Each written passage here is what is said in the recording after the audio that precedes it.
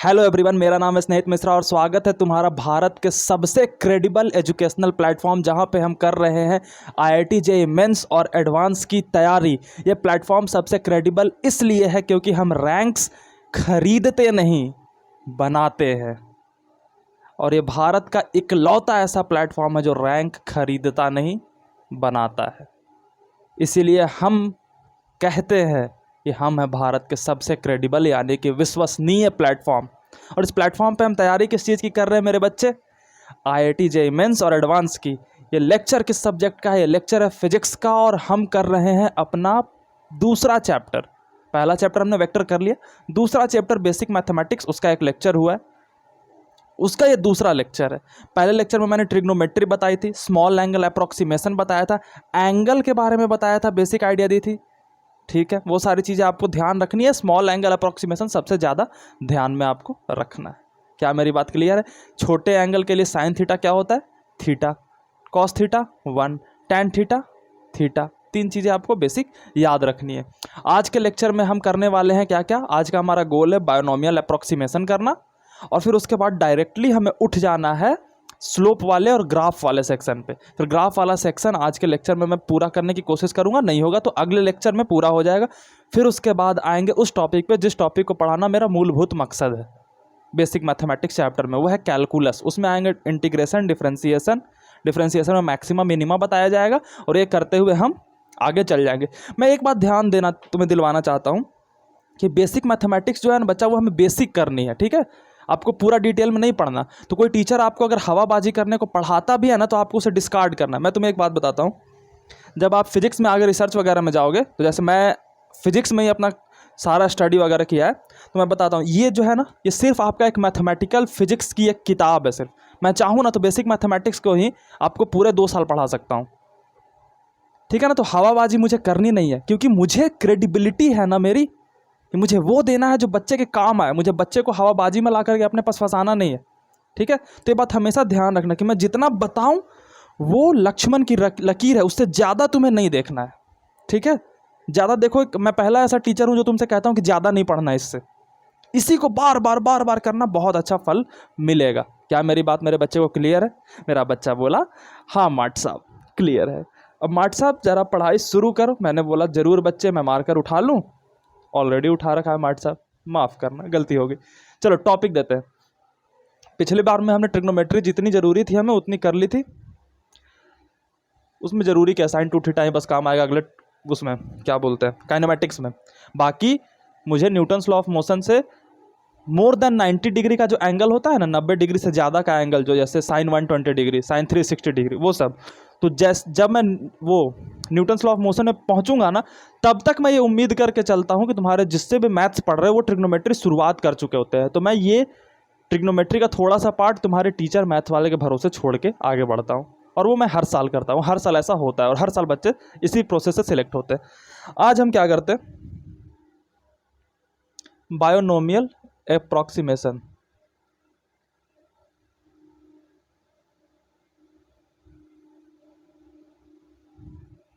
ये बहुत जगह पे काम आती है, बहुत। फिजिक्स में तो भर भर के काम आती है। बहुत छोटी सी चीज़ है लेकिन भर भर के काम आती है। आपने या तो पढ़ा होगा या तो नाम सुना होगा बायोनोमियल थ्योरम की। बायोनोमियल नहीं होता स्नेहित, बाइनोमियल होता है। मैं बचपन से ही बोलते आया यार, अभी तक आदत नहीं गई। बाइनोमियल थ्योरम का नाम सुना होगा, जिसको न्यूटन ने दिया था। वो थ्योरम क्या होता है? वो थ्योरम ऐसा कुछ दिखता है। मैं थ्योरम नहीं बता रहा, बस एक शकल बता रहा हूँ। a + b का पावर n रहेगा ना, तो इसको लिखने का तरीका होता है NCR AN BN-R। ऐसे करते करते आपको जाना होता है आगे तक, बहुत सारी चीज़ें लिखनी होती हैं। ये NCR क्या है, ये सारी चीज़ें आपको मैथ्स में पढ़ाई जाएंगी। ठीक है, ये मैं नहीं करवा रहा, लेकिन आपने अगर सुन रखा है तो ठीक बात है। बाइनोमियल थ्योरम कुछ होता है, उसी का यूज करके एक नया मेथड डेवलप किया जाता है, बाइनोमियल अप्रोक्सीमेशन, जिसका यूज हम फिजिक्स में करते हैं। मैं एक्सप्लेन करना चालू करता हूँ तुम्हारे परमिशन के साथ। मैं तुमसे एक फॉर्मूला पूछता हूँ, वो फॉर्मूला क्या है कि 1 + x का होल स्क्वायर बताना। 1 + x का होल स्क्वायर बताना। तुमने बोला माट साहब बहुत ईजी है, a + b के होल स्क्वायर के फॉर्म में a² + b, 2ab कर देता हूँ इसे पहले, a² + 2ab, तो a हो गया 1 और b हो गया x। तो 1 यहाँ पे लिखा नहीं मैंने, मल्टीप्लाई करके फ़र्क क्या पड़ता है, प्लस एक्स का होल स्क्वायर। क्या मेरी बात यहाँ तक क्लियर है? दूसरा मैं एक और फॉर्मूला तुमसे पूछता हूँ, 1 प्लस, क्या मैं इधर आके लिख दूँ? लिखता हूँ, 1 प्लस एक्स का होल क्यूब। आपको शायद ध्यान होगा ए प्लस बी का होल क्यूब होता है a cube plus b cube plus 2a square b plus 2ab square, ठीक है। A cube plus b cube, दो चीज़ें लिख दी, प्लस 3a स्क्वायर बी, तो ए की जगह पे 1 और बी की जगह पे x, तो 1 का स्क्वायर 1, तो यहाँ 3x हो जाएगा, प्लस 3ab स्क्वायर, यानी कि 3 इंटू 1 इंटू एक्स का स्क्वायर। क्या मेरी बात ये क्लियर हुई? ये दो फॉर्मूले आपने समझ लिए। अब मैं आपसे एक कंडीशन देता हूं और उस कंडीशन को इन दोनों फॉर्मूले में फुलफिल करा करके आप दिखाओगे।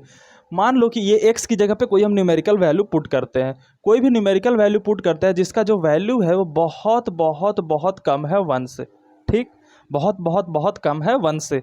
तो अगर हम 1 से बहुत कम वैल्यू इसमें पुट करेंगे तो क्या होगा, उसे ऑब्जर्व करते हैं। जैसे मैं उदाहरण के तौर पे दूँ, x का वैल्यू 0.5 पुट किया, ठीक है, 0.5 पुट किया। अब मुझे एक बात बताओ मेरे बच्चे, 0.5 का स्क्वायर करता हूँ, ठीक है, तो ये क्या होता है? अगर मैं बहुत सरल सी बात है तोड़ तोड़ के दिखाऊं तो देखो, 0.5 को लिख सकते हैं 5/10, लिख सकते हैं, हाँ माट साहब लिख सकते हैं। इसका स्क्वायर कर देंगे, अब ये क्या हो जाएगा 25, नीचे 10 का स्क्वायर 100। क्या ये बात मेरी दिख गई मेरे बच्चे को? हाँ माट साहब दिख गई। तो अब इसको स्क्वायर कर दिया, अब इसे पॉइंट के फॉर्म में करेंगे तो 0.25। अब मैं तुमसे एक बात पूछना चाहता हूँ कि 0.5 बड़ा है कि 0.25 बड़ा है? ऑब्वियस सी बात है 0.5 बड़ा है। अगर हम 0.5 को 0.50 लिखते हैं, क्योंकि पॉइंट के बाद जितना भी जीरो बिठाते हैं फ़र्क नहीं पड़ता है। ये भी बताना पड़ेगा क्यों नहीं फ़र्क पड़ता, मैं दिखाता हूँ कैसे फ़र्क नहीं पड़ता है। 0.5 मतलब 5/10, ठीक है, तो 0.50 मतलब 50/100, तो एक जीरो से एक जीरो कट के 5/10 ही पड़ता है, ठीक है। तो अगर हम इसे 0.50 लिखते हैं और इसका स्क्वायर करने पे आया 0.25, तो बड़ा कौन था? ये था, ठीक है, और छोटा कौन है? ये है। इससे समझाना क्या चाहते हो माट साहब? इसे समझाना ये चाहता हूँ बच्चे कि अगर कोई डिजिट 1 से बहुत छोटा है, if any digit is much much smaller than 1, तब उसका अगर हम पावर करते हैं तो वो डिजिट और छोटा हो जाता है। अगर उसका हमने पावर किया तो वो डिजिट और छोटा हो गया, ठीक है।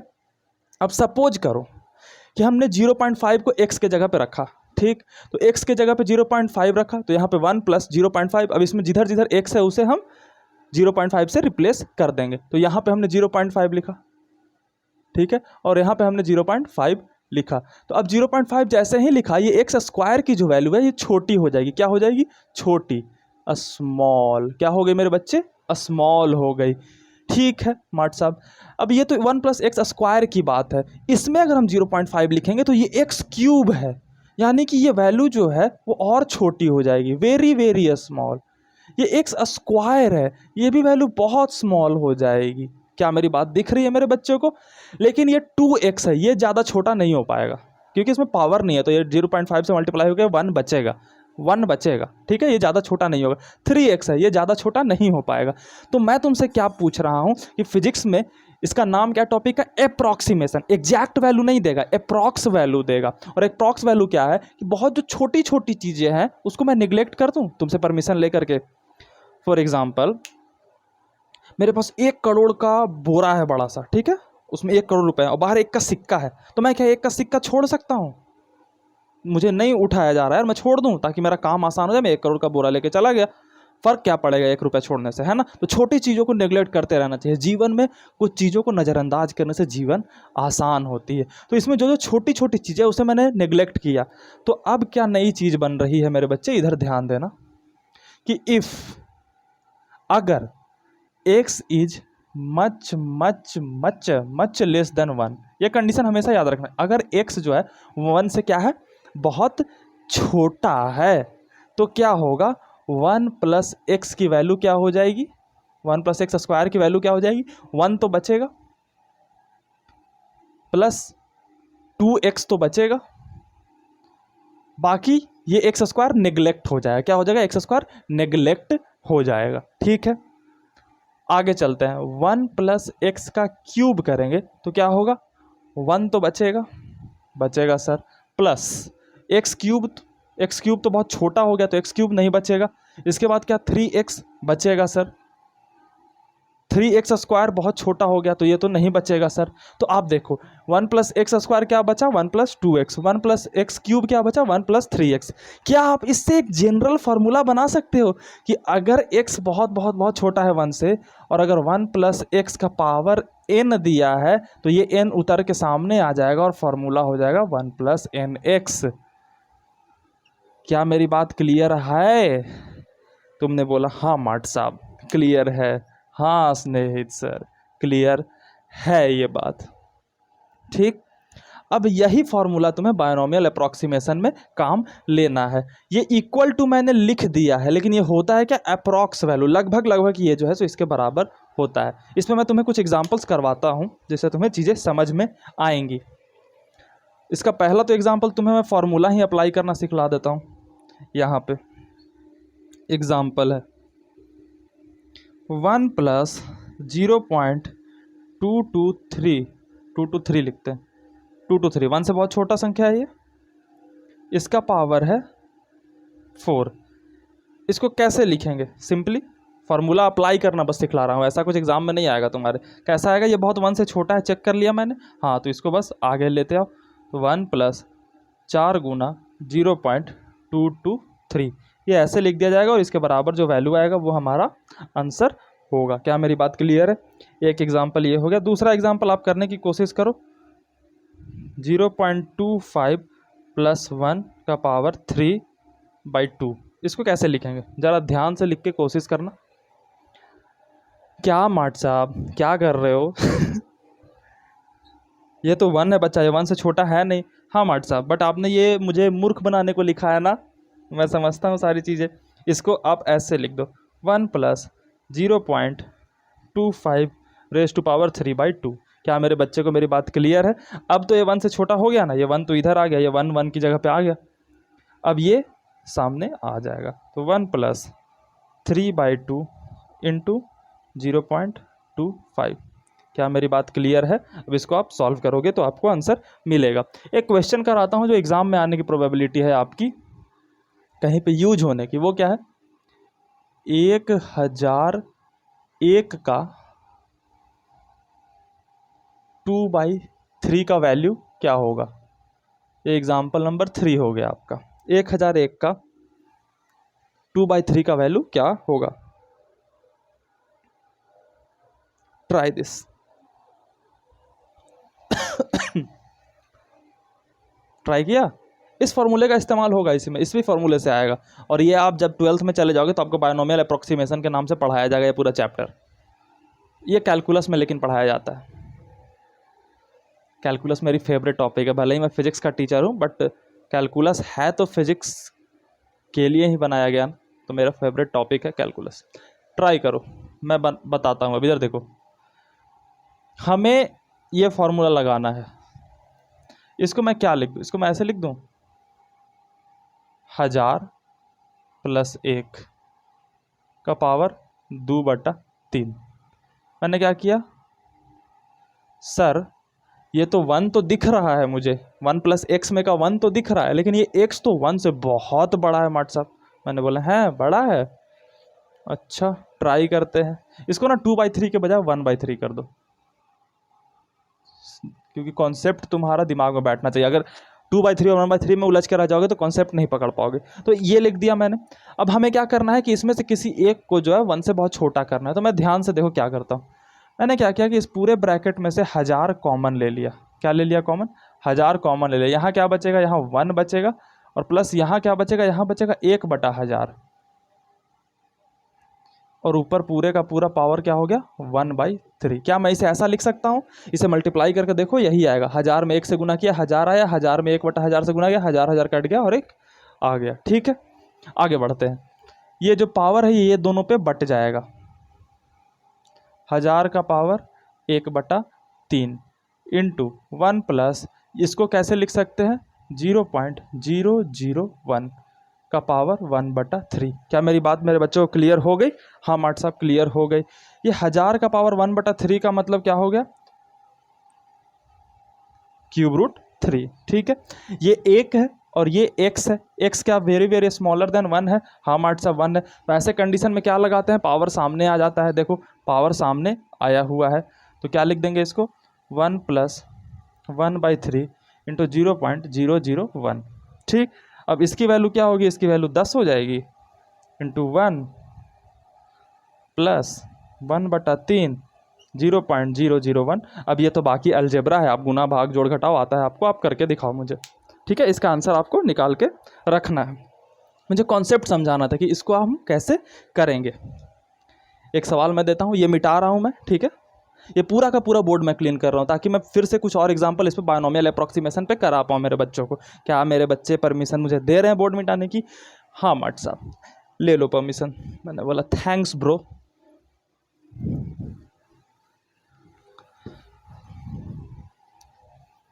बच्चे का फिजिक्स इसलिए कमज़ोर नहीं होता क्योंकि बच्चे को फिजिक्स नहीं आती। बच्चे को फिजिक्स इसलिए कमज़ोर हो जाता है क्योंकि वो मैथमेटिकल टूल्स ढंग से नहीं सीख पाता। या तो उसके टीचर इतनी सारी चीज़ें बता देते हैं कि वो कुछ नहीं सीख पाता, या तो उसके टीचर इतना थोड़ा सा बताते हैं कि वो सीख कर भी कुछ नहीं जानता। तो एक टीचर का अनुभव मैटर करता है यहाँ पे, एक्सपीरियंस, कि उसके पढ़ाए हुए से कितने सवाल एग्ज़ाम में आते हैं। और हमने तो दावा ही कर रखा है कि आपके जेईई मेंस के पेपर में 100% जो फिजिक्स के सवाल हैं वो मेरे नोट्स से आएंगे, और जेईई एडवांस क्वालिफाई आप कर जाओगे, इस बात की गारंटी है। सिर्फ मेरे लेक्चर से कर जाओगे नहीं, तुम्हें केमिस्ट्री भी पढ़नी है, मैथमेटिक्स भी पढ़नी है। मैं अपने फिजिक्स की गारंटी लेता हूँ, केमिस्ट्री मैथमेटिक्स मेरे लेक्चर से नहीं आएंगे। तो सिलेक्शन में मैं जेईई एडवांस की नहीं बता सकता, फिजिक्स में सबसे मजबूत करवा दूंगा। अगर मेरे पास संसाधन होते बच्चे, तो मैं तुम्हारे लिए जान हाजिर कर देता फिजिक्स, ये केमिस्ट्री और मैथमेटिक्स के लिए। बट आज के समाज का यह दुखद स्थिति है कि जो इंसान बहुत ईमानदारी से लगा हुआ है बच्चे की भलाई में, बच्चे उस चीज़ को सपोर्ट नहीं करते। बच्चे सपोर्ट करते हैं अगर मैं डांस करने लगूँ यहाँ पे, तो बच्चे बहुत चाव से देखेंगे। इसका रीज़न भी है, साइकोलॉजिकल रीज़न भी है। सिगमंड फ्रॉइड नाम का एक बहुत ही अच्छा विचारक हुआ है, साइकोलॉजिस्ट था वो। साइकोलॉजिस्ट भी नहीं कहते हैं उसे, साइको एनालिस्ट कहते हैं। सिगमंड फ्रॉइड की एक बहुत अच्छी किताब है, उसमें उसने लिखा है कि नेगेटिविटी जो है ना, सो इंसान के दिमाग को ऑटोमेटिकली खींचती है। कैरी मिनाटी की वीडियो को कभी तुमने देखा है प्रमोशन करते हुए? नहीं, लेकिन एजुकेशनल चीज़ों को मुझे बताना पड़ता है, बच्चों इससे आप आगे तक पहुंचाओ, क्योंकि ये सच है, वो झूठ है। झूठी चीज़ें खुद ब खुद फैल जाती है, सच को समर्थन की ज़रूरत होती है। लेकिन मुझे एक बात की खुशी है कि मेरे योद्धा मेरे साथ हैं, मेरे योद्धा मुझे देखते हैं, और उनका जब सिलेक्शन होगा ना, क्रेडिबिलिटी मैंने क्यों बोली है, मैं नहीं बोलता, मैं भी रैंक खरीद लेता और मैं प्रकाशित कर देता जैसे बाकी कोचिंग्स करते हैं, तो बच्चे आ जाते। बट मैं ठगा हुआ महसूस करता। मुझे यूनिकॉर्न नहीं बनना है, मुझे मदन मोहन मालवीय बनना है, जिन्होंने भिक्षा मांगकर बनारस हिंदू यूनिवर्सिटी जैसा एक बड़ा सा विश्वविद्यालय खड़ा कर दिया। हम भी तुम्हें पढ़ाने के लिए भीख मांग लेंगे यार। दुनिया याद रखती है ऐसे लोगों को। कितने ही आए, कितनों ने पहले शिक्षा दी थी, कोई याद है? किसी का तारीफ कोई शिक्षक ऐसे प्लेटफॉर्म पे करता है? नहीं। लेकिन मदन मोहन मालवीय BHU बना डाला। एनी बेसेंट ने क्या नहीं किया। इन सब का नाम लेते हैं, क्यों? क्योंकि इन्होंने सिर्फ और सिर्फ बच्चे की भलाई सोची। और मेरे योद्धा तुम हो। मैं सिर्फ तुम्हारी ताकत के बदौलत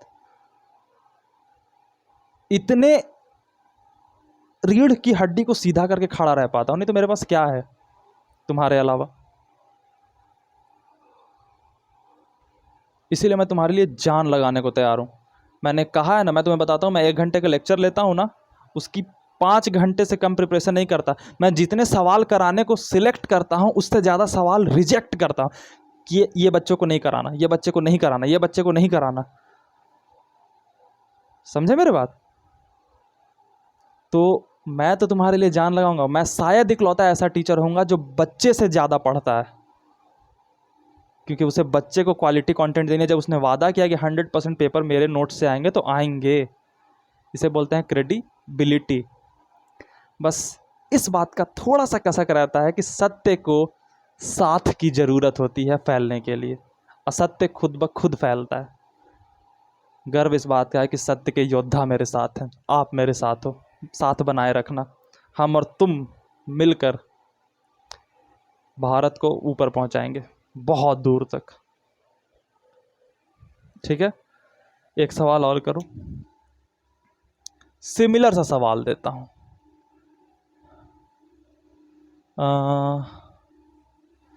क्या सवाल दे दूं तुम्हें जिससे कॉन्सेप्ट तुम सीख जाओ। ये कॉन्सेप्ट अप्लाई करने के लिए मैं बस सिखा रहा हूं, ठीक है। 1002 का 1/3 निकालो। पिछले सवाल का फोटो कॉपी है, बस वहां पे 1 था, यहाँ पे 2 है। बट पिछले सवाल को देखे बिना इसे करो, ट्राई, खुद से आंसर लाने की कोशिश। आई होप कि तुमने कर लिया होगा ट्राई। सॉल्यूशन मैं बनाता हूं, इसे सेम क्या करेंगे, 1000 + 2 लिख देंगे। क्या मेरी बात क्लियर हुई आपके लिए? 1000 + 2 हमने लिख दिया। अब क्या करेंगे, इसमें 1000 निकाल लेंगे बाहर। ये मैं 1000 लिखा है ना, हाँ 1000 लिखा है। 1 बचेगा यहाँ पे, 2/1000 बचेगा, 1/3। ठीक है, 1/3 दोनों पे बट जाएगा अलग अलग। ठीक है, 1/3 इंटू 1 + 2/1000 इंटू 1/3। ठीक है, अब इसकी वैल्यू क्या होगी, पिछले के अकॉर्डिंग 10 हो जाएगी, और ये जो है बहुत छोटा हो जाएगा। क्या हो जाएगा, 0.002 का पावर 1/3। क्या मेरी बात यहाँ तक क्लियर है? 1 + x बहुत छोटा, तो पावर आ जाएगा आगे 10 इंटू 1 + 1/3 गुना 0.002। ठीक है, इसका आंसर लाने की कोशिश कर लें, ऐसे ला सकते हैं आंसर। ये 10 हो गया मल्टीप्लाई करके, प्लस 1/3 गुना 0.02, एक पॉइंट अलग खसक गया। ठीक है, अब इसको कैसे कर सकते हैं, लेट मी ट्राई। 10 + 2/300, क्या इसको कर सकते हैं? 10 + 3 2/300, क्योंकि 100 इसके नीचे आएगा और 3 से मल्टीप्लाई होकर 300 हो जाएगा। अब ये क्या हो गया, 3000। ये 3000 है ना, मतलब कि 300 एलसीएम लेंगे तो ऊपर 3000 बचेगा, प्लस 2/300, 3000 2/300। क्या मेरी बात मेरे बच्चों को क्लियर हो गई? यानी कि इसका मतलब हो गया कि ये क्या आएगा, 300 से लगभग 10.00006,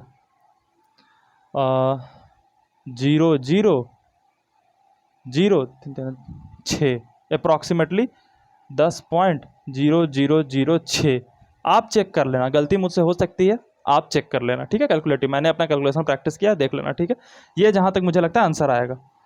जीरो में शायद कुछ 1-2 अलग आगे पीछे हो सकता है, बट ये आंसर आना चाहिए। क्या मेरी बात मेरे बच्चों को क्लियर हो गई? चलो नोट करो इसे।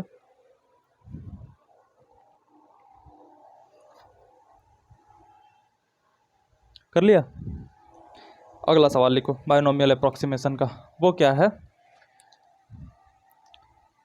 क्वेश्चन है 1.02 का पावर 1/2, सॉल्व करो। मैंने पहले हार्ड वाला करवा दिया, तो अब ये तुम्हारे लिए हलवा होगा, आराम से कर लोगे। क्या सॉल्यूशन यहाँ लिखोगे तुम, 1 + 0.02 करोगे, 1/2 होगा। ये 1 से बहुत छोटा है, ये 1 है, तो 1 + x का पावर कुछ समथिंग है, 1/2 0.02, 1 + 2/200, तो 200, 2/200, यानी 1.001 इज द आंसर। ठीक है, तो ये आपके सवाल, इससे बेसिक चीज़ें, मतलब इससे आगे की चीज़ें आपके यूज नहीं होंगी। सवाल तो ये आएगा इन एग्जाम में, फिजिक्स में यूज नहीं होंगी। ठीक है, तो बायोनोमियल अप्रॉक्सीमेशन क्या मेरे बच्चे को क्लियर हुई? तुमने बोला हाँ मार्ट साहब, मैं खुश हो गया, मैं बोर्ड मिटाने की ओर बढ़ने चला। ये था टॉपिक हमारा बायोनोमियल अप्रॉक्सीमेशन। इसमें हम क्या करते हैं कि कुछ चीज़ों को नेग्लेक्ट करते हैं। कैसे नेग्लेक्ट किया वो हमने देखा, और उस नेग्लेक्ट करने के बाद एक रिजल्ट हमारे सामने आता है, उस रिजल्ट से हमारी ज़िंदगी थोड़ी आसान हो जाती है। ठीक है, उस ज़िंदगी को आसान करने के लिए हम बायोनोमियल अप्रॉक्सीमेशन का यूज करते हैं, क्योंकि बेसिक मैथमेटिक्स पढ़ाई ही क्यों जाती है, बिना मैथ्स के हम फिजिक्स सॉल्व कर सकते हैं बिल्कुल। लेकिन सपोज करो कि एक स्क्रू है, स्क्रू को हम हाथ से खोलें, ठीक है, हाथ से खोल रहे हैं, खुल ही नहीं रहा है, लेकिन एक हमने पिलास लगा दिया तो उससे खुल गया। तो हमने क्या कहा, एक टूल लगाया तो हमारा जो स्क्रू है वो आसानी से खुल गया। उसी तरीके से मैथमेटिक्स क्या है, फिजिक्स का टूल है। हम ना फिजिक्स की प्रॉब्लम को बिना मैथ्स के भी सॉल्व कर सकते हैं, लेकिन जब टूल लगा लेते हैं तो आसानी से सॉल्व हो जाता है। किसी कील को हम ठोक रहे हैं हाथ से, ऐसे उंगली से टक टक टक टक टक, ठुकेगा भी नहीं, लेकिन एक हथौड़ी लिया, एक टूल लिया, ठक ठक ठक ठक ठोका, ठुक गया। यही है मैथमेटिकल टूल। ये मैं बच्चों को रखता हूँ डराने के लिए, हथौड़ा मास्टर। चलिए अब आते हैं अपने अगले टॉपिक के, जो बहुत इंपॉर्टेंट है, second most important topic of basic mathematics है, वो है ग्राफ। क्या है? ग्राफ। सेकंड मोस्ट क्यों बोला मास्टर? मैंने बोला कि फर्स्ट मोस्ट तो वही है कैलकुलस, और ग्राफ कैलकुलस का बेस है एक तरीके का। ठीक है, ग्राफ क्या है? बेसिक चीज़, मैं बेसिक बेसिक बात जल्दी जल्दी निकालते जाता हूँ, जहाँ पे समझाने की जरूरत मुझे लगेगी वहाँ पे मैं समझाऊंगा। ग्राफ क्या है? ग्राफ किसी दो फिजिकल क्वांटिटी के बीच पिक्टोरियली कंपेयर करने का एक मेथड है। वाह मार्ट साहब, आपने अंग्रेजी तो बहुत अच्छी बोली, जरा समझा दो। मैं बोला ठीक है समझाता हूँ। कुछ नोट नहीं करोगे, जब मैं नोट करने बोलूँगा तब नोट करोगे। एक मैच हुआ क्रिकेट का, क्या हुआ? मैच हुआ। ठीक है, मैच में क्या हुआ कि एक तरफ बने ओवर्स, ऐसे चार्ट बना ओवर, ठीक है, और दूसरी तरफ लिखा गया रन। पहले ओवर में कितना रन गया? 4 रन। दूसरी ओवर में कितना रन गया? 8 रन। तीसरी ओवर में कितना गया? 9 रन। चौथी ओवर में कितना गया? 10 रन। पांचवी ओवर में कितना गया? 1 रन। क्या मेरी बात ये क्लियर है? ठीक है, अब हमें इसको फोटो के फॉर्म में पिक्टोरियली दिखाना है, तो उस पिक्टोरियल फॉर्मेट को हम क्या कहते हैं? ग्राफ कहते हैं। ठीक है, इसमें दो क्वांटिटीज हैं, एक है ओवर और एक है रन। क्या है? दो क्वांटिटीज है, एक है ओवर और एक है रन। इन दोनों क्वांटिटीज के बीच का रिश्ता दिखलाता है ग्राफ। ग्राफ का यूज हम किस लिए करते हैं? दो क्वांटिटीज के बीच का रिश्ता दिखलाने को। सिंपली हम पहले ग्राफ का डेफिनेशन तुम्हें लिखवाना चाहेंगे। हाँ मार्ट साहब जरूर लिखवाओ, डिफाइन होने से चीजें क्लियर होती है दिमाग में। इट इज अ मेथड, ये नए वाले मार्कर से ना राइटिंग मेरी नहीं सर ढंग से बैठती यार, ये वाला बहुत सॉफ्ट चलता है देखो। It is a method to represent a relationship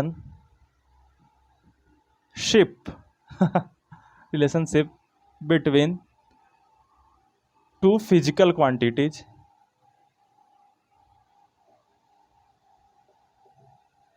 in pictorial form। Pictorial मतलब फोटो के फॉर्म में, पिक्चर के फॉर्म में। ये एक मेथड है to represent relationship between two physical quantity, दो फिजिकल क्वांटिटी, 3 नहीं, 1 नहीं, 2। ठीक, इसको मैं पिक्टोरियली तुम्हें रिप्रेजेंट करके दिखा भी देता हूँ। इसमें हम रिप्रेजेंट करने के लिए 2 एक्सिस का यूज करते हैं। अगला पॉइंट लिखो, यहीं पे मैं अगला पॉइंट लिख रहा हूँ। We use 2 axis to represent this. हम 2 एक्सिस का यूज करते हैं इस रिलेशनशिप को रिप्रेजेंट करने के लिए। वो 2 एक्सिस कौन कौन से? एक को हम कहते हैं खड़ी वाली को वाई एक्सिस, और लेटे वाले को एक्स एक्सिस। 3D में जाओगे तो जेड एक्सिस भी होता है, बट जेड एक्सिस में ग्राफ नहीं बनाए जाते। ठीक है, इससे अब इसने एक वाई एक्सिस एक एक्स एक्सिस, इसने मिलकर एक प्लेन बनाया। क्या बनाया? प्लेन बनाया। इस प्लेन का नाम क्या है? इस प्लेन का नाम है कार्टेशियन प्लेन, बस नाम है कार्टेशियन प्लेन। क्या मेरी बात मेरे बच्चे को क्लियर हुई? अब इसी प्लेन में हम वो फोटो बनाते हैं। इसको नाम देते हैं हम ओरिजिन, इस वाले पॉइंट को, कॉर्नर को क्या नाम देते हैं? ओरिजिन। इसमें कोऑर्डिनेट्स होते हैं। कोऑर्डिनेट्स मतलब कि रिश्ता, जगह का बताने का, एक बिंदु का रिश्ता। वो मैं बताता हूँ कैसे। सपोज हमने इस लाइन को बांट लिया स्केल में, 1 2 centimetre, 3 centimetre, 4 centimetre, 5 centimetre, 6 centimetre. 1 2 3 4 5 6 और ऊपर जाता हूँ 7, बस 7 तक रहने देते हैं। ठीक है, ऐसे मैंने इसमें बांट लिया। ठीक है, अब मुझे इस पॉइंट के बारे में बताना है। क्या बताना है? इस पॉइंट के बारे में बताना है। तो ये एक्स एक्सिस पे कितनी दूरी पे है? सपोज इसको 3 मान ले एग्जैक्ट, तो ये एक्स एक्सिस पे 3 मीटर की दूरी पे है। वाई पे लगभग 4 के करीब है, 4 के करीब, 3 से ऊपर है 4 से, यानी 4.5 3.5 मान लो, तो यानी कि 3x पे है और 3.5 y पे है। तो अगर हम 3x पे चलेंगे और 3.5 y पे चलेंगे तो हम इस बिंदु पे पहुंच जाएंगे। तो ये जो है, ये पॉइंट जो बताया गया इसे बोलते हैं कोऑर्डिनेट। किसी भी पॉइंट का एड्रेस होता है कोऑर्डिनेट। क्या होता है कोऑर्डिनेट? किसी भी पॉइंट का एड्रेस होता है। एड्रेस से क्या काम लेते हैं कि राम जी का एड्रेस किधर है, बबलू जी का एड्रेस किधर है, तो वो पीपल के पेड़ के नीचे इधर पहुंच जाइए, लेफ्ट साइड में पहुंच जाइए। तो वैसे ही इसने कहा कि इस बिंदे का एड्रेस क्या है, तो 3 और 3.5, 3x पे और 3.5 y पे चले जाइए, आप पहुँच जाइएगा इस बिंदे पे। क्या मेरी बात क्लियर हुई? कोऑर्डिनेट मैं बताने के लिए ये बेसिक चीज़ें बता दिया। मुझे बताना क्या था? मुझे ये बताना था कि ओवर और रन को दर्शाएगा ये ग्राफ। अब इसमें से एक डिपेंडेंट वेरिएबल है और एक इंडिपेंडेंट है। डिपेंडेंट और इंडिपेंडेंट। डिपेंडेंट कौन सा है? अगर मैं बॉल फेंक रहा हूँ, ठीक है, मैं क्या कर रहा हूँ? बॉल फेंक रहा हूँ, गॉट इट? तो तुम रन मार सकते हो या नहीं भी मार सकते हो, ठीक है। लेकिन क्या कभी ऐसा हो सकता है कि मैं बॉल फेंकूँ ही ना, तू रन मार के दिखा? मैं बॉल फेंकूंगा नहीं, तू रन मार, नहीं मार सकता कोई बच्चा। कभी तूने देखा है कि बिना बॉल फेंके कोई रन बना रहा है? नहीं ना। लेकिन हाँ, रन जो है उसका जरूरी, वो बॉल का जरूरी नहीं है कि रन बने। बॉल ऐसे भी बिना रन के फेंके जा सकते हैं, तो मारो या ना मारो तुम्हारे ऊपर है। लेकिन रन बनना बॉल फेंके जाने के ऊपर डिपेंड करता है। बॉल का फेंके जाना रन मारे जाने पर डिपेंड नहीं करता। यानी कि रन का बनना क्या है? डिपेंडेंट वेरिएबल, और बॉल का फेंकना यानी ओवर क्या है? Independent variable. क्या मेरी बात क्लियर हुई मेरे बच्चों को? ओवर क्या है? Independent variable. और ये क्या है? Run dependent. किस पे डिपेंड करता है? ओवर पे, ठीक, गॉट इट। तो जो नीचे वाला एक्सिस है मेरे बच्चे, क्या है? जो नीचे वाला एक्सिस है इस पे हम लिखते हैं इंडिपेंडेंट वेरिएबल। ये बात हमेशा याद रखना, इंडिपेंडेंट वेरिएबल। और वाई एक्सिस पे क्या लिखते हैं? डिपेंडेंट वेरिएबल, ठीक है। वाई एक्सिस पे क्या लिखता है? Dependent variable. तो यहाँ पे इंडिपेंडेंट वेरिएबल क्या है? ओवर, OVER, ओवर है इंडिपेंडेंट। और इधर आ गया रन्स। रन्स क्या है? Independent variable. तो अब बताओ मुझे, पहली ओवर में कितने रन बने? 4 रन। यानी पहला ओवर में कितना रन बना? 4 रन। तो ये हम पॉइंट दर्शा देंगे। अब ये बताएगा क्या कि एक ओवर में कितना रन बना था? 4 रन। दूसरे ओवर में 8 रन। अब 8 से ऊपर है नहीं, तो मैं इसे 8 से छोटा करके यूनिट कर लेता हूँ 5 रन। और इसे 9 10 ये सबको छोटा छोटा थोड़ा कर लेता हूँ। 3 ओवर में 3 रन बने, 2 रन बने और 1 रन बने, ठीक है। तो दूसरी ओवर में कितने रन बने? 5 रन। यानी दूसरा ओवर में कितना बना? 5 रन। तीसरा ओवर में कितना बना? 3 रन। तीसरा ओवर में कितना बना? 3 रन। चौथा ओवर में कितना बना? 2 रन। चौथा ओवर में कितना बना?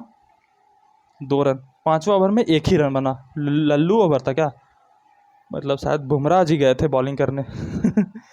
अगर कोई 500 साल बाद इस लेक्चर को देख रहा है तो बुमराह 2022 में एक भारतीय टीम का गेंदबाज था। अब देखो, अब इन सारे डॉट्स को हम मिलाते हैं।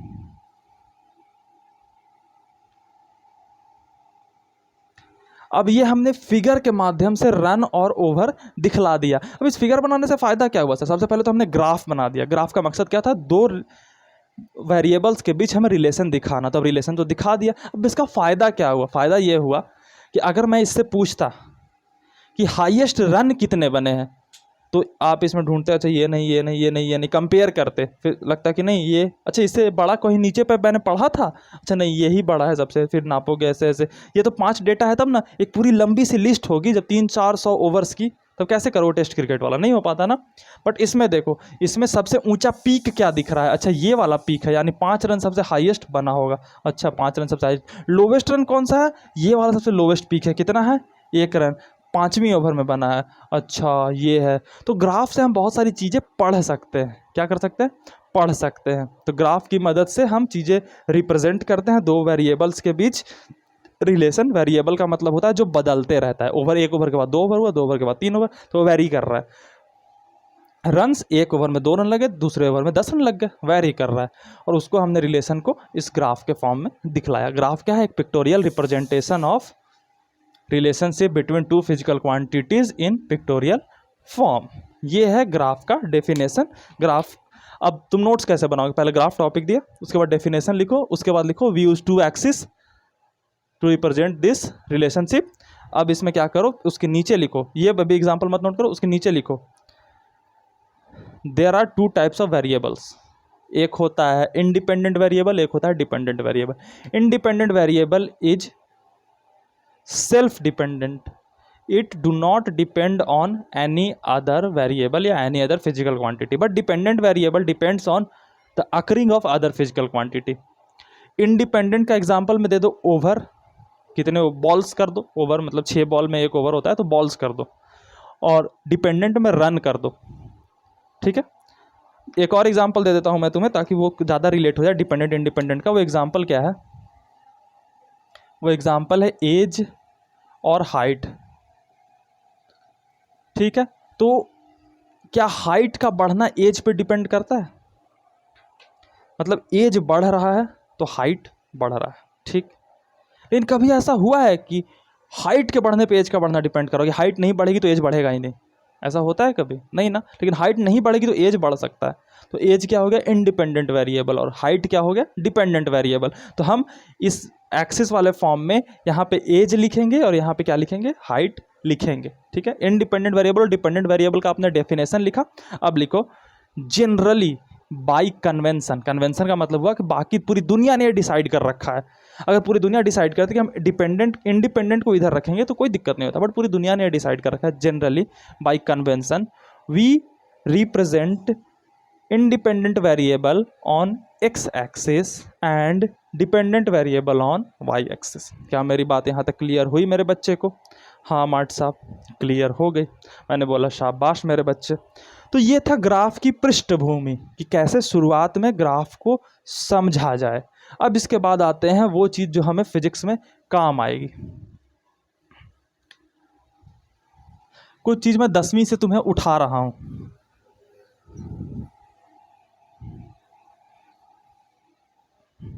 दसवीं में तुमने डिस्टेंस फार्मूला पढ़ा है, कोऑर्डिनेट ज्योमेट्री में distance formula?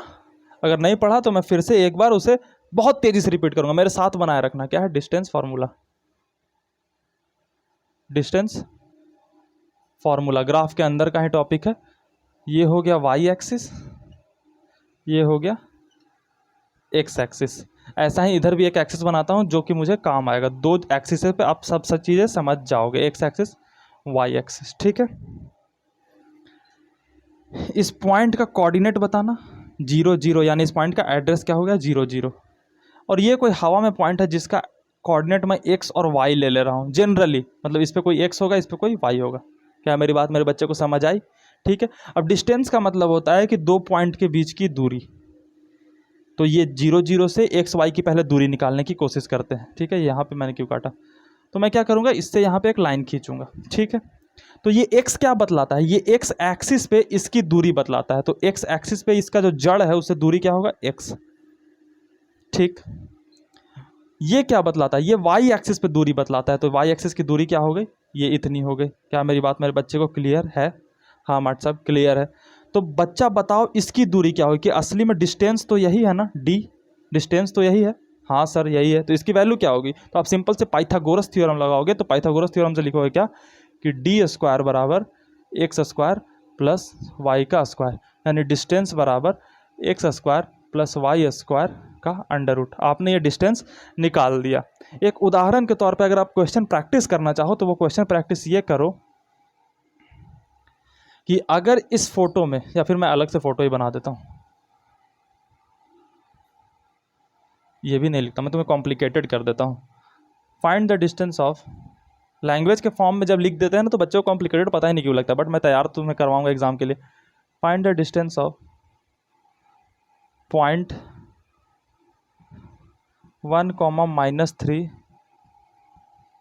From origin, from origin. क्या मेरी बात क्लियर है? इसको सॉल्व करो डिस्टेंस फार्मूला लगा के। सिंपल से इस फार्मूले में पुट करो, क्या है डिस्टेंस का फार्मूला, एक्स और वाई कौन सा, जिस पॉइंट की दूरी ऑरिजिन से निकालने, पॉइंट कौन सा है, ये है। इसमें एक्स की वैल्यू क्या है, 1 का स्क्वायर प्लस -3 का स्क्वायर और इसका अंडर रूट, यानी 1 + 9 का अंडर रूट, यानी कि under root 10 is the answer. क्या मेरी बात मेरे बच्चे को क्लियर हुई?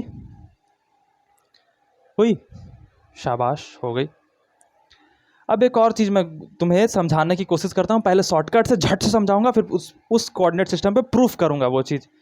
इस पॉइंट से हमने क्या सीखा कि ऑरिजिन से किसी पॉइंट की दूरी निकालनी है तो हम इस फॉर्मूले से निकाल लेंगे। इस फॉर्मूले को ब्रैकेट में मैंने डाल दिया। अब कोई आता है, कोई ज़रूरी थोड़ी है कि हमेशा ऑरिजिन से ही हमें निकालनी हो, हमें किसी और जगह से निकालनी हो सकती है। मान लो कि हमें यहाँ से निकालना हो सकता है, ये x1 y1 है, ये x2 y2 है, ठीक है। तो इन दोनों के बीच की दूरी हम कैसे निकालेंगे? तो इसकी दूरी क्या थी? d बराबर था, ऑरिजिन से अगर लिखें तो x square plus y square. क्या ये बात मेरी समझ आई? क्या हम इसे ऐसे लिख सकते हैं, under root x minus zero, कोई फ़र्क नहीं पड़ रहा, square plus y minus zero, कोई फ़र्क नहीं पड़ रहा। अब तो हमने इसे x1 y1 कर दिया ना, तो x1 y1 कर देते हैं इसे x1 y1। क्या इस पर कोई फ़र्क पड़ रहा है? नहीं पड़ रहा। अब इसमें देखने वाली बात है कि जो पहला पॉइंट है वो तो x1 y1 है, जो दूसरा पॉइंट है जिससे दूरी निकालनी है वो क्या है, 0 0 है। तो अब दूसरा पॉइंट क्या आ गया, x2 y2। तो क्या हम इस पॉइंट की जगह पे x2 y2 लिख सकते हैं? यानी कि distance from x2 y2। Writing थोड़ी ख़राब है, चलेगा, डॉक्टर बनने का सपना मेरा अधूरा नहीं रहेगा। आप लोग इंजीनियर बनो, हम डॉक्टर बन जाएंगे। x1 और दूसरा पॉइंट क्या हो गया, x2 का whole square plus y1 minus y2 का होल स्क्वायर। ये हो गया शॉर्टकट मेथड से फॉर्मूले को बनाना कि अगर किसी और पॉइंट से हमें ये जगह निकालनी है, किसी और पॉइंट से मतलब किसी और दो पॉइंट्स के बीच की दूरी एक दूसरे से निकालनी है, तो हम ये फार्मूला यूज करेंगे। शॉर्टकट मेथड से मैंने ये डिराइव कर दिया। इसके जगह पे 0 0 था तो मैंने ऐसे 0 0 लिखा। तो जनरली हमने देखा कि जो दूसरा पॉइंट है वो इस जगह पर बैठता है, तो हमने फिर ये दूसरे पॉइंट को इसको हटा करके इस जगह पर बिठा दिया। तो क्या मेरी बात क्लियर हुई? हाँ हुई सर, लेकिन ये मुझे फील नहीं आया, प्रूफ करके दिखा। मैंने बोला ठीक है प्रूफ करता हूँ। मान लो x1 y1 ये एक पॉइंट है हवा में, ठीक।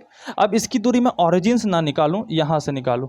ये पॉइंट है क्या, x2 y2। क्या मेरी बात क्लियर है मेरे बच्चे को? हाँ मार्ट साहब क्लियर है। अब इन दोनों पॉइंट्स को मैंने जोड़ दिया। क्या मेरी बात क्लियर है? क्लियर है मार्ट साहब। और इसी दूरी को निकालना है मैंने, यानी कि ये है d, इसी दूरी को निकालना है, ठीक है। ये जो नीचे मिलाऊंगा ये क्या होगा बच्चे, ये जो x1 है क्या बता रहा है, पूरे की एक्स एक्सिस पे दूरी, यानी ये x1 है, ये x2 है, ये क्या बतला रहा है, ये यहाँ से यहाँ तक की दूरी बतला रहा है, ठीक है। इसी तरीके से इस एक्सिस पे चलते हैं, ये वाला जो है वो क्या बतला रहा है, ये y2 यानी y पे दूरी बतला रहा है। ये वाला जो है ऊपर वाला, ये क्या बतला रहा है, ये y एक्सिस पे ऊपर वाले पॉइंट की दूरी बतला रहा है, y1 की दूरी बतला रहा है, ठीक है। अंदर चलते हैं, यहाँ पे देखो ये मैंने एक लाइन बनाई, इस लाइन की दूरी बताना, यानी इस लाइन की दूरी बताना। तो पूरा में से अगर छोटे वाले को घटा देंगे तो क्या आ जाएगा, ये आ जाएगा, यानी इसकी वैल्यू क्या हो गई, x1 माइनस x2। क्या मेरी बात क्लियर है? और ये इसके बराबर है, यानी कि ये भी क्या हो गया, x1 माइनस x2। क्या मेरी बात यहाँ तक क्लियर है? हाँ व्हाट्सअप क्लियर है। उसी तरीके से इसकी वैल्यू बताना, पूरे में से इसको घटा देंगे तो आ जाएगा, यानी कि पूरे में से इसको घटाएंगे तो इसकी वैल्यू आ जाएगी। ये क्या आएगी, y1 माइनस y2, और ये जो है सो इसके बराबर है, तो y1 माइनस y2। क्या मेरी बात क्लियर हो गई मेरे बच्चे को? हाँ मार्ट साहब हो गई। अब ये एक ट्रिएंगल तुम्हें दिख रहा होगा जहाँ पे 90 डिग्री है, तो इसमें पाइथागोरस लगाओ। हाइपोटेन्यूज बराबर क्या होता है, d का स्क्वायर बराबर होगा बेस का स्क्वायर प्लस परपेंडिकुलर का स्क्वायर। क्या मेरी बात क्लियर हुई? अब इस स्क्वायर को इधर ले जाएंगे तो ये पूरे का पूरा क्या हो जाएगा, अंडर रूट में आ जाएगा, यानी x1 माइनस x2 का whole square plus y1 minus y2 का होल स्क्वायर का अंडर रूट। और यही फार्मूला तो मैंने यहाँ लिख रखा है ना बचवा, वही वाला मैंने प्रूफ कर दिया। ये क्या हो गया, प्रूफ ऑफ डिस्टेंस फार्मूला, जो आपने 10वीं में पढ़ रखा है और आपको 5 नंबर में सवाल भी पूछा जाता था 10वीं के बोर्ड्स के एग्ज़ाम में पूछा जाता था ना। तो ये होता है डिस्टेंस फार्मूला का सब क्रियाकलाप। डिस्टेंस फार्मूला क्लियर, नोट करना है आपको। मैं 5 सेकंड रुकता हूँ तुम्हारी आंखों में आंखें डाल के।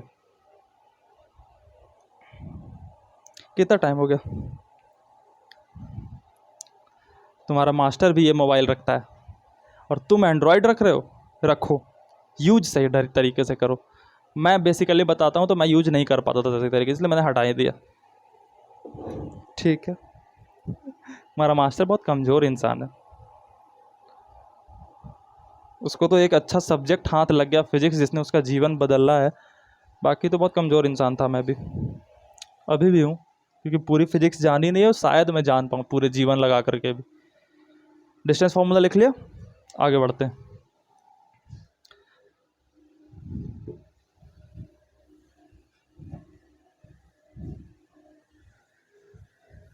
एक कॉन्सेप्ट की बात करते हैं, जो कॉन्सेप्ट आपको हवा में हर जगह उड़ाया जाता है।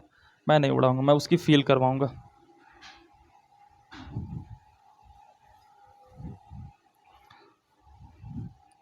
और बहुत साथ साथ मेरे चलना, बहुत सरल भाषा में शुरुआत से एक एक पॉइंट को करते हुए चलूंगा। उस टॉपिक का नाम है, ग्राफ के अंदर ही आती है, उसका नाम है स्लोप। क्या नाम है? स्लोप। अगर तुम्हें पता है कि स्लोप बराबर tan थीटा क्यों होता है, तब यह स्किप कर सकते हो। बट अगर नहीं पता कि स्लोप को tan थीटा क्यों लिखते हैं, तो रुक जाओ और देखो इस बात को। मैं गांव की भाषा में पढ़ाता हूँ। स्लोप मतलब होता है ढलान, ढलाव, ठीक है, टिल्टनेस, ठीक। स्लोप मतलब क्या होता है? पहली चीज़ मैंने लिखी, हिंदी भाषा अगर आती है तो ढलान, ठीक है। ढलान की फ़ोटो कहीं देखी है तुमने? हाँ सर, बच्चे जो फिसलते हैं ना इस पे, यहाँ पे बच्चा बैठ गया चंगू मंगू और यहाँ से फिसलता है, तो इसे क्या कहा हमने? ढलान कहा, ठीक। ग्राफ में कैसे काम आ सकता है सर? ये देखो, ये एक एक्स एक्सिस हो गई, ये वाई एक्सिस हो गई। मैंने बनाया, इस एक्स एक्सिस और वाई एक्सिस को बनाओ अपने कॉपी में। ये बहुत अच्छा तरीका है पढ़ाने का, जो मुझे लगता है कि आप एक लाइन भी लिखा ना तो बच्चे को पहले वो कॉपी में करवा दो। जब कॉम्प्लिकेटेड और कंफ्यूज्ड कॉन्सेप्ट बता रहे हो, जब इजी कॉन्सेप्ट बता रहे हो तो फिर पूरा कॉन्सेप्ट बताओ और फिर वो उतारे। लेकिन ये थोड़ा सा कॉम्प्लिकेटेड कॉन्सेप्ट है, आसान तो मेरे लिए बताना है। Slope equal to tan theta होता है, बच्चे बच्चे को पता है गाँव में। दो एक्सिस बनाओ, ठीक।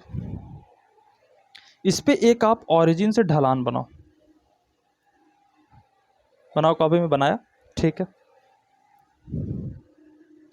इसका नाम दे दो थीटा, दे दिया। थीटा 1 दे दो, दे दिया, ठीक है। एक और ढलान बनाओ और इसका जो एंगल है positive side of x axis है, इसे नाम दे दो थीटा 2। मेरे बच्चे हाँ ना बोलोगे? हाँ मार्ट साहब मैं बोलूँगा, हाँ। ये ढलान है गले का पानी सूख रहा है। ए और बी, ये ढलान है ए और बी। अब मुझे तुम सरल सी बात बताओ, तुम्हें मैंने एक इस जगह पे बिठा दिया और एक इस जगह पे बिठा दिया, तुम कहाँ जल्दी फिसलोगे, कहाँ ज़्यादा तेज़ी से फिसलोगे? अनुभव से बताना, फिजिक्स मत लगाना। किस पे तुम जल्दी नीचे आओगे? ऊपर वाले पे, ऑब्वियस सी बात है। नीचे वाले पे नहीं आओगे, क्यों? क्योंकि ऊपर वाले का ढलान ज़्यादा है। क्या आपने बोला? ऊपर वाले का ढलान ज़्यादा है। यानी कि हम ढलान को इंग्लिश में क्या कहते हैं? स्लोप। तो slope of B is greater than slope of A। क्या मेरी बात क्लियर हुई मेरे बच्चे को? Slope of B is greater than slope of A, ठीक। अब इसी से रिश्ता क्या दिखता है कि थीटा 2 ज़्यादा है थीटा 1 से, यानी कि जिसका थीटा ज़्यादा उसका स्लोप ज़्यादा। अच्छा मार्ट साहब, जिसका थीटा ज़्यादा उसका स्लोप ज़्यादा? हाँ मेरे बच्चे, ठीक है सर। अब एक बात बताओ, दोनों तरफ मैं tan ले लूं, tan theta 2 is greater than tan theta 1। अब देखो, स्लोप जिस तरह से एक दूसरे पे डिपेंड करता है, वैसे ही थीटा एक दूसरे पे डिपेंड करता है। तो हमने स्लोप को नंबर में बताने के तरीके को tan थीटा के बराबर मान रख दिया है, tan थीटा के बराबर मान रख दिया है। यानी कि स्लोप ऑफ B होगा tan थीटा 2 के बराबर और स्लोप ऑफ A होगा tan थीटा 1 के बराबर। ये जो कारण दिया मैंने, ये महा बकवास, घोंचू, भोंदू, गधे वाला कारण है, जो मैंने एक टीचर को देते हुए सुना था। और इस कॉन्सेप्ट को अगर अप्लाई करोगे तो जे एडवांस में 2 सवाल पक्का गलत करके आ जाओगे। क्योंकि डाउट यहाँ पे उठता है कि tan ही क्यों लिया, साइन थीटा 2 ले लो, साइन दोनों तरफ ले लो मार्ट साहब, तो साइन थीटा भी हो सकता है। नहीं हो सकता। अब बच्चे को सवाल ये पूछो कि सर स्लोप साइन थीटा 2 क्यों नहीं हो सकता, tan थीटा 2 क्यों होगा? अब इसका रीज़न असली बताता हूँ, जो फिजिसिस्ट ने सोच रखा है। ध्यान देना इधर। ये बकवास कारण है, नोट करने की ज़रूरत नहीं है।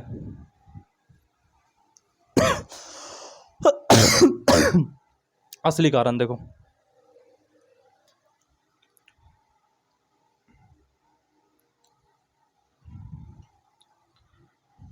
वाई एक्सिस, एक्स एक्सिस, ठीक है।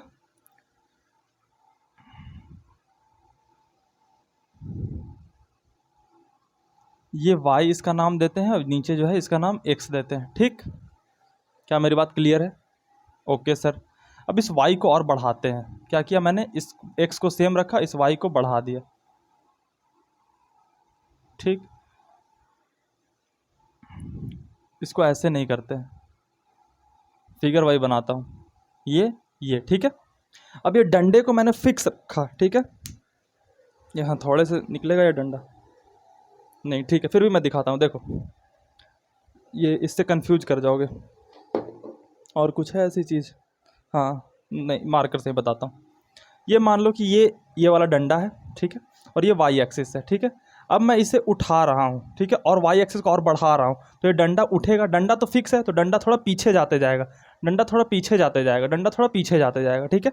तो अगर मैं वाई एक्सिस को बढ़ाऊँगा तो ये डंडा थोड़ी देर के बाद यहाँ आ जाएगा, यानी कि अब ये वाई 1 हो गया और ये एक्स 1 हो गया। ये एक्स 1 नहीं हुआ, ये वाला छोटा सा चिटकुआ एक्स 1 हो गया। इस वाई को मैंने और बढ़ा दिया और इस x को मैंने और छोटा कर दिया, छोटा ऑटोमेटिकली हो जाएगा। तो ये y2 हो गया और ये छुटका x2 हो गया। क्या मेरी बात यहाँ तक दिख गई? y बड़ा हो रहा है और x घटते जा रहा है।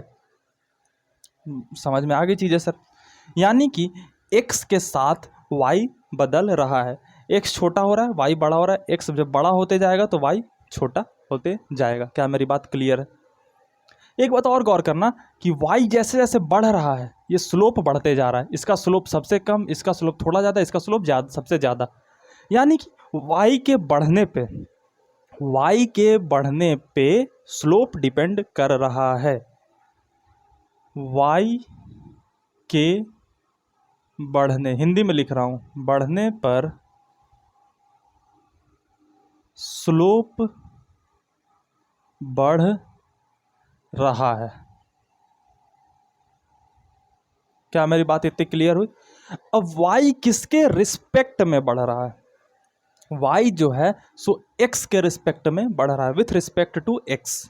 क्या? With respect to x। यानी कि y में जो चेंज है, डेल्टा y बोलते हैं इसे, वो क्या हो रहा है? डेल्टा x के रिस्पेक्ट में बढ़ रहा है या घट रहा है। उदाहरण के स्वरूप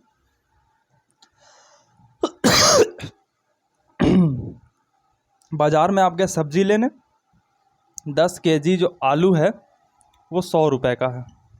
20 केजी जो आलू है, आलू का दाम बढ़ते जा रहा है, तो ये एक्चुअली 200 होना चाहिए, बट इसने कहा कि नहीं ज़्यादा लोगे तो 190 लगा दूंगा। 30 किलो हो रहा है, वो हो रहा है 280 रुपये का, ठीक।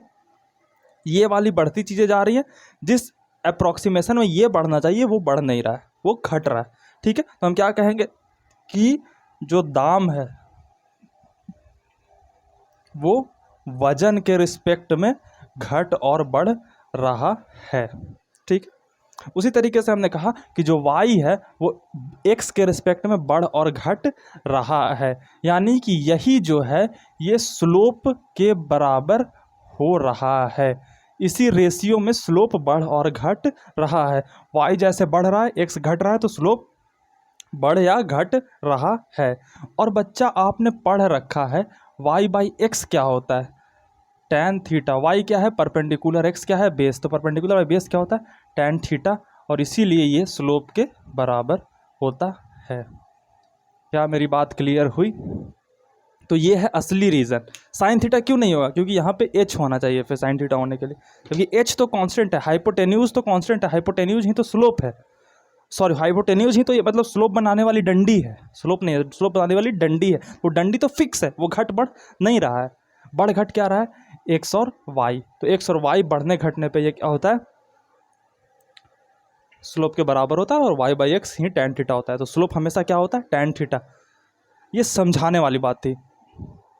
अब एक छोटे बच्चों वाली बात बताता हूँ और उसे आप दिमाग में बिठा लेना। वो क्या है कि स्लोप बराबर tan थीटा होता है, बस याद रख लो। ठीक है, तुम्हारे घर का नाम है चिंटू, मैं बाहर में बुलाता हूँ भानु प्रताप सिंह, ठीक है, लेकिन घरवा में हम क्या बुलाते हैं, चिंटू। चिंटू बाबू इधर आइए, चिंटू बाबू उधर जाइए। तुम्हारे बाहर का नाम है ऐश्वर्या राय बच्चन, घर में बुलाते हैं क्या, पिंकी। तो उसी तरीके से आपका बाहर का नाम है स्लोप, घर में क्या बुलाते हैं, tan थीटा। ठीक, और tan थीटा का ही उपयोग करते हैं। अगर आप एडवांस लेवल पे जानना चाहते हो कि साइन थीटा या कॉस थीटा क्यों नहीं बुलाते, तो उसका रीज़न फिर ये वाला आपको समझाया मैंने कि y/x आती है, हाइपोटेन्यूज तो फिक्स है। अगर हाइपोटेन्यूज चेंज होता तो साइन थीटा और कॉस थीटा में क्या आता है, परपेंडिकुलर बाई हाइपोटेन्यूज या बेस बार हाइपोटेन्यूज। तो जब हाइपोटेन्यूज फिक्स है तो फिर एक्स और वाई चेंज ही नहीं हो पाएगा ना विथ रिस्पेक्ट टू हाइपोटेन्यूज, समझे। इसलिए वो साइन थीटा और कॉस थीटा नहीं होता टैन ये स्लोप में। तो स्लोप की बात हमने कर ली। ये डेल्टा क्या बतलाता है, change in y, change in x. ठीक है, ये सिंबल है। अगर आप वैसे नहीं लिखना चाहते तो ऐसे लिख सकते हो कि ये y1 से y2 गया, या इधर की ओर बढ़ रहा है तो y2 से y1 आया, तो चेंज इन स्लोप क्या लिख सकते हो, स्लोप बराबर delta y by delta x. Delta y by delta x क्या होता है, y2 माइनस y1, और चेंज इन x क्या होता है, x2 माइनस x1। ये स्लोप होता है। ठीक है, समझ में आ गई चीज़। अगर आप ट्रायंगल नहीं समझ पाते, चेंज इन वाई और चेंज इन एक्स नहीं समझ पाते, तो चेंज इन वाई को मैंने सब्ट्रैक्ट कर लिखा, चेंज इन एक्स को सब्ट्रैक्ट करके लिखा, तो वो भी स्लोप होता है। स्लोप का फॉर्मूला यहाँ से यहाँ तक आप बॉक्स में डाल लेना, खूबसूरत से लाल पीला हरा ब्लू कलम से सजा लेना और अपना काम चला लेना। स्लोप मैंने समझा दिया। स्लोप का इस्तेमाल करते हैं हम बहुत जगहों पे।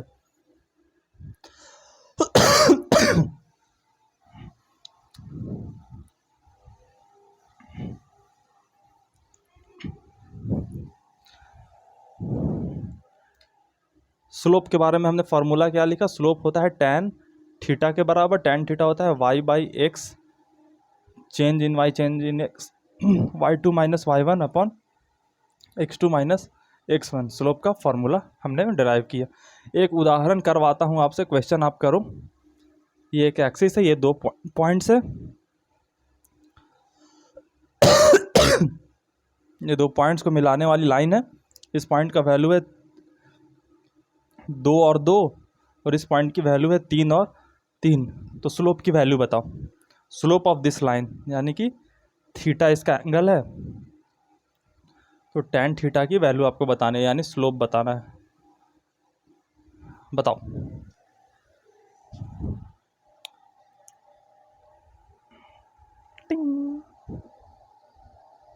हंसिए से ना आप भारत के सबसे विश्वसनीय प्लेटफॉर्म से पढ़ रहे हैं, मुस्कुराइए और बधाई हो आपको, क्योंकि YouTube के एल्गोरिदम ने आपको सही वक्त पे इस चैनल से अवगत करा दिया है।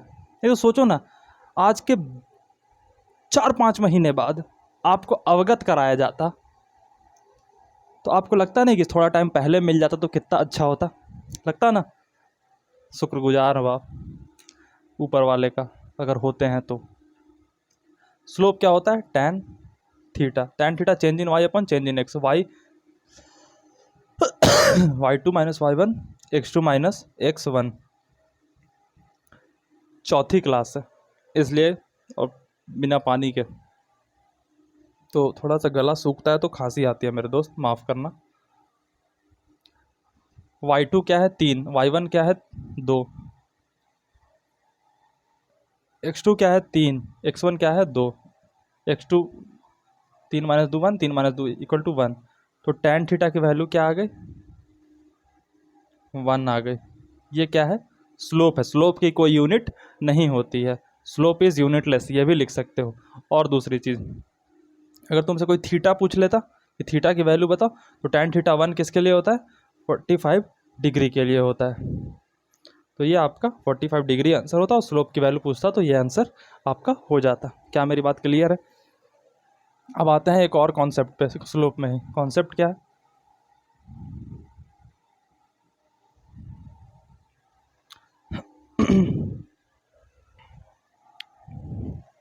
कि slope of a straight line is equal at any point, slope of an straight line is equal at any point.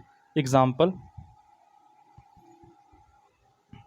Axis बनाया मैंने दो, ठीक है, इस पे मैंने एक लाइन दे दी है, कोई ज़रूरी नहीं ऑरिजिन से पास करी, ये थीटा है, तो यहाँ पे स्लोप क्या होगा, tan थीटा। मैंने एक्स एक्सिस है और ये वाई एक्सिस कहीं पे भी मैंने एक्स एक्सिस के पैरेलल एक और लाइन खींच दी, यहाँ पे भी क्या हो जाएगा, थीटा, तो यहाँ पे भी स्लोप क्या होगा, tan थीटा। मान लो मैंने यहाँ खींचा तो यहाँ पे भी स्लोप क्या होगा, तो मैंने पानी पी लिया, अब शायद खांसी ना आए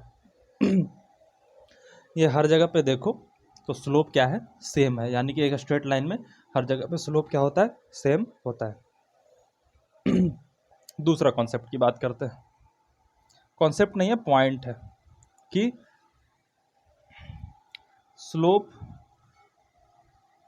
of line parallel to y axis is not defined, ठीक है, and parallel to x axis is zero. कैसे, ये दो एक्सिस मैंने बनाया, ये दो एक्सिस मैंने बनाया, ठीक है, ये लाइन वाई एक्सिस के पैरेलल खड़ा है, तो ये पॉजिटिव एक्स एक्सिस के साथ 90 डिग्री बना रहा है, और इसका स्लोप क्या होगा, tan 90 डिग्री। इसकी वैल्यू क्या होती है, नॉट डिफाइंड, इनफाइनाइट नहीं होती है, नॉट डिफाइंड होती है। ये कोई लाइन है जो एक्स एक्सिस के पैरेलल है, ये एक्स एक्सिस के साथ कितनी डिग्री का एंगल बना रहा है, 0 डिग्री का एंगल, तो tan 0 डिग्री क्या होगा, 0, तो इसलिए इसका स्लोप क्या हो गया, 0 डिग्री, और इसका स्लोप क्या हो गया, इनफाइनाइट या नॉन डिफाइंड। ये दो कॉन्सेप्ट्स आपने लिख लिए, ठीक है। एक और चीज़ मैं छोटा सा बता करके इस क्लास को एंड करता हूँ जल्दी से जल्दी वो क्या है, मिटा रहा हूँ, ठीक है, नोट कर लिया, नोट करो। जीना यहाँ मरना यहाँ, इसके सिवा अजाना कहाँ, जी चाहे जब तक। भारत में बदलाव की ज़रूरत है, प्राइस का रेवोल्यूशन से कुछ नहीं होगा, विश्वसनीयता का रेवोल्यूशन लाना होगा। सर क्यों ठगे जा रहे हो, ठीक, हम दूसरों की लकीर छोटी नहीं करते, अपनी बड़ी करते हैं। इंटरसेप्ट,